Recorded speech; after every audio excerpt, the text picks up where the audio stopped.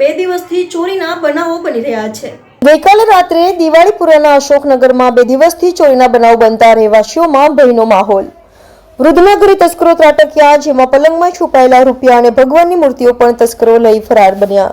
આ વિસ્તાર દિવાળીપુરા જૂના પાદરા રોડ વિસ્તાર છે, અશોકનગર સોસાયટી છે અને તેમાં હું મંદાકિનીબેન મોહનભાઈ રહું છું, એકલી રહું છું।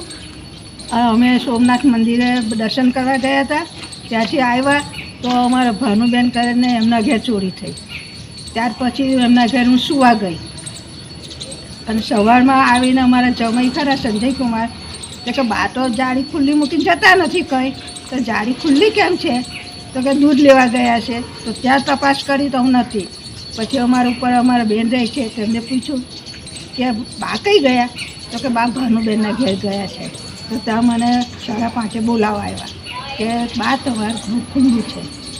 આવીને જોયું તો બધું તમે જોયું ને એ પ્રમાણે બધું ગયું। આશરે માસે કેટલાની ચોરી થઈ ગઈ હશે? હું તમને ગણાવું।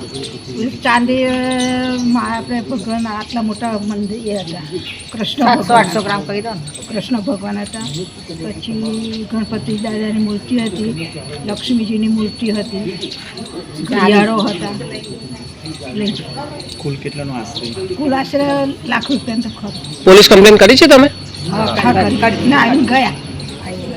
પોલીસ પ્રોટેક્શન આલમ ને ઉકો શું નામ છે તમારું? મારું મંદાકિનીબેન મોહનભાઈ પરમાર। હા, આ અશોકનગર સોસાયટી દિવાળીપુરા વિસ્તારમાં આવેલી છે।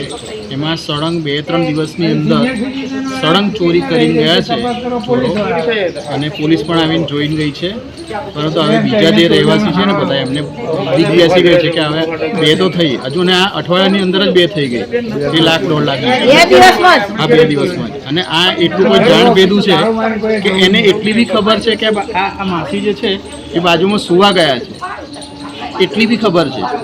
એટલે આ ચોરો જે છે ને તે બહુ જ એક્સપર્ટ છે અને કોઈ જાણ ભેદું જ છે। એટલે આ ચોરી, અને બીજું શું છે કે કૂતરા ભસે ત્યારે ઉઠે તે પહેલાં તો આ લોકો કરીને જતા રહે છે। અને હવે તો ત્યાં સુધી કે તાળા તોડ્યા અને બધું કાપવાનું બી સાધનો લઈને આવતા છે। આપણે કાલે પણ ચોરીનો બનાવ બન્યો તો આજે પણ બનાવ બન્યો છે, કેટલું યોગ્ય છે? શું પોલીસ સ્ટેશનમાં શું પેટ્રોલિંગ થાય છે કે નથી થતું? પોલીસ સ્ટેશનમાં પેટ્રોલિંગ થાય છે, પણ આ જે ડિટેલિંગ અહીંયા થવું જોઈએ ને, કે અહીંયા કાલે અહીંયા હમણાં બી બધું ચેક કરીને ગયા, ફોટો પાડીને ગયા, વિડીયો ઉતારીને ગયા, પણ એનાથી આગળ કંઈ કાર્યવાહી થતી નથી। એટલે ડિટેલમાં થાય ને તો આ ચોરોને બીક લાગે, પણ ચોરોને ખબર છે કે આ બહુ કંઈ એમાં ફોકસ આપવાના નથી।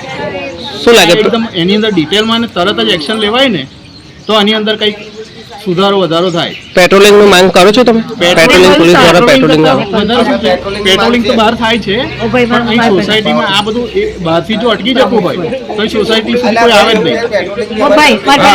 પેટ્રોલિંગ થોડુંક સોસાયટીની અંદર પણ આવું। એક મિનિટ